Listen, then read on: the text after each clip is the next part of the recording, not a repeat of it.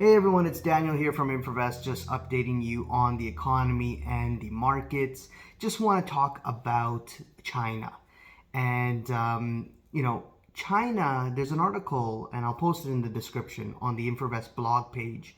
And basically, the article goes over how China could prosper from a rising US dollar and from Europe being dependent on oil and from this risk that could come down the road in a couple of months from lower natural gas and lower crude oil that might be affected in Europe and Russia being the main country that exacerbates the problem. Now, you might be thinking, and I wrote an article. I did a video on this before about China and the relation between a higher US dollar and how that could affect a lot of emerging markets, and definitely China as well, right? The higher the US dollar, you owe money in US dollar and your own currency is falling, right? It's costing you more to import goods from the US. China and US are big trading partners, so definitely it's going to create problems. But what's the good side about a rising dollar for China? Now, the good side that one might think and might speculate on is that a lot of emerging markets out there that have debt in US dollar and are seeing their currency plummet, they're looking at the US economy in the US dollar, and they're looking at the US saying that, man, it's getting really expensive for us to import a lot of goods into our own country, and we need to find alternatives. So not only the US and the West may be thinking about alternatives in terms of energy prices, in terms of, energy and commodities, getting it from Russia, and also alternatives rather than a lot of your manufacturing companies being located in China and being affected by the supply chain.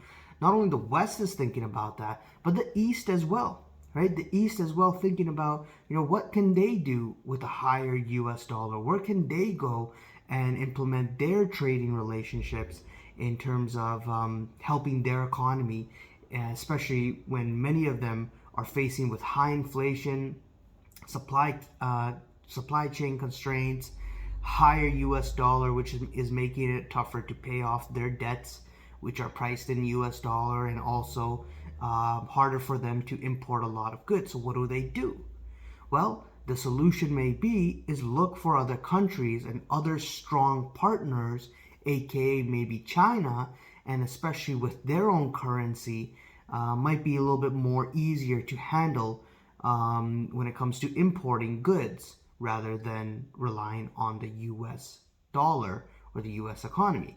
Now, I'm not saying completely that all the countries and emerging markets are going to boycott US and US is going to be over. That is not what I'm talking about. That's not what I'm saying. Definitely the US economy and China's economies are two very large economies, two large countries that do trade with one another and do trade a lot with other countries out there as well. But you could think that China could benefit from a rising dollar in this environment where you can say that the emerging markets and the countries out there can start dealing with China in terms of getting certain goods and services and doing more business with them to help themselves with a higher dollar and also to help China as well. So that's one way that one can look at this scenario.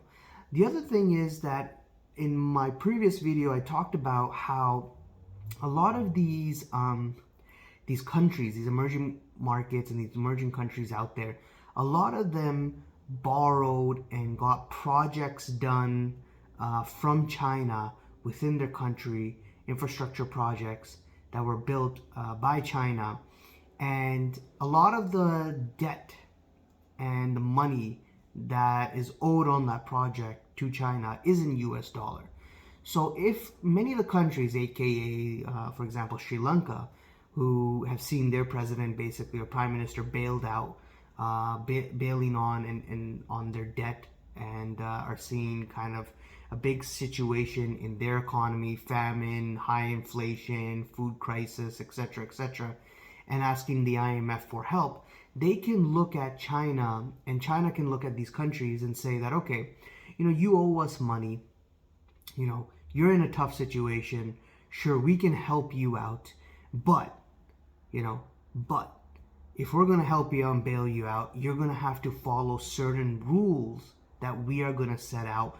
You're going to have to trade more with us, maybe more with us versus maybe the US. Certain contracts that you may have, you have to give it to us, and you have to do more business with us. More trading has to be done, and you have to meet certain X requirements of trading or revenue with us when you're doing business. And they can do this with a lot of countries out there. So again, this situation could be a win-win situation for the emerging markets, that, okay, I get a little bit of a debt relief, but at the same time, I'm at the mercy of China. So it may not be a fully win situation for them, but in terms of long term. But for China, it could be definitely a win situation for them, because they are getting a lot of business and money flowing into their country, and they get to work with other emerging markets and get to control them a little bit more with the power that they have.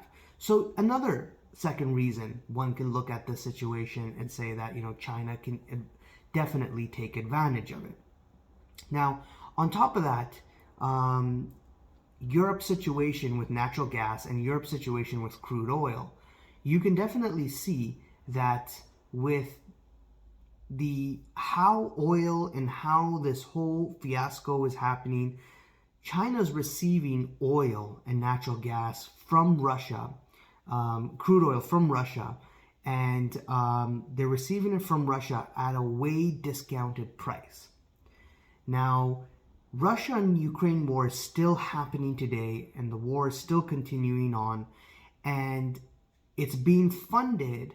You would think that, how can Russia continue to fund this war? It's being funded in a way where they're selling oil to the other countries out there, for example, China, at a very cheap discount, and Europe still needs energy. So if Europe's not going to buy from Russia, they're going to buy from maybe, let's say, China and other countries, which is in any ways Russian oil, right? So the oil that's coming from Russia, going to China, and China's taking this and maybe relabeling, repackaging it, relabeling it, and selling it for higher the price at the market value or even higher, and selling to Europe and says, oh, you want oil? You want crude oil? Here you go. Which anyways was coming from Russia, right? So again, another win situation for China, where Europe would now be dependent on China and other countries also for getting this energy and getting crude oil. Now, of course, they have good ties with US. US is a high producer, number one producer in energy and in crude oil. So definitely they have contracts with the West. But at the same time, it's gonna take its time to ship from the U.S. to Europe. It's gonna add in terms of the transportation cost for Europe. So in any ways, it's still going to be a problem in terms of cost and inflation for Europe, and it's going to eat up into a lot of savings and a lot of consumers' spending habits, which is really definitely going to affect their economy. So ultimately, China can come out of this situation, of this technical recession that we are in this fiasco that we are in this geopolitical tensions and this nightmare that we are in. China can come out as a leading country and providing a lot of goods and services to countries out there, and providing alternatives for goods and services for a lot of countries out there. And it could be up there right with neck and neck, and it's already, almost there with the U.S.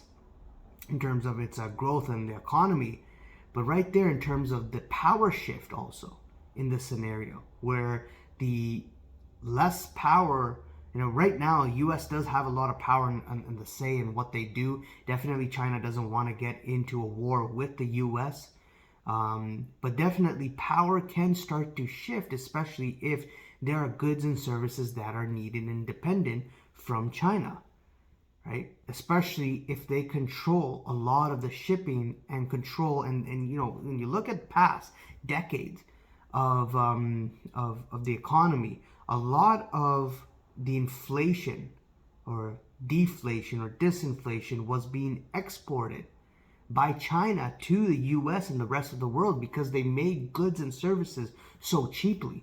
Now when you start to have the zero COVID policy that's happening in China, when the supply chain is being disrupted, now you're bringing the prices higher up all around the world except for China. China hasn't seen massive inflation the way Europe, the way other countries and even the US and Canada are feeling it, but China is still having an effect. You know, we had recently also the PBOC in China cut interest rates. They're trying to spur up spending, spur up the economy. They're also in a tough situation. So not everyone is prone to everything. And I'm not saying one is going to win over the other, but the power shift in terms of the U.S. and in terms of the U.S. controlling everything, or the West controlling everything, we might start to see less of that power being dominated in one area and being more spread all over, because this is a globalized world. We do depend on shipments from other countries. We do depend on certain products and goods from other countries. And if you start closing the taps on supply chain and you start affecting the prices and you start bringing prices higher, definitely the consumers, whether it's the United States of America, whether it's Europe, whether it's Canada, everyone's going to feel the pain. So it'll be very interesting to see how China comes out of all this and how the relationships, especially with now the new risk and issue with Taiwan, with Nancy Pelosi heading into Taiwan, and also now other lawmakers in the U.S. I think 12 of them unannounced just went into Taiwan and are meeting with the officials in Taiwan. That's just going to add more pressure into the relationship between China and U.S. It'll be interesting to see how things pan out and how things play out from there. So let me know what you guys think. Leave a comment below, and I'll see you guys around. Thanks. Bye.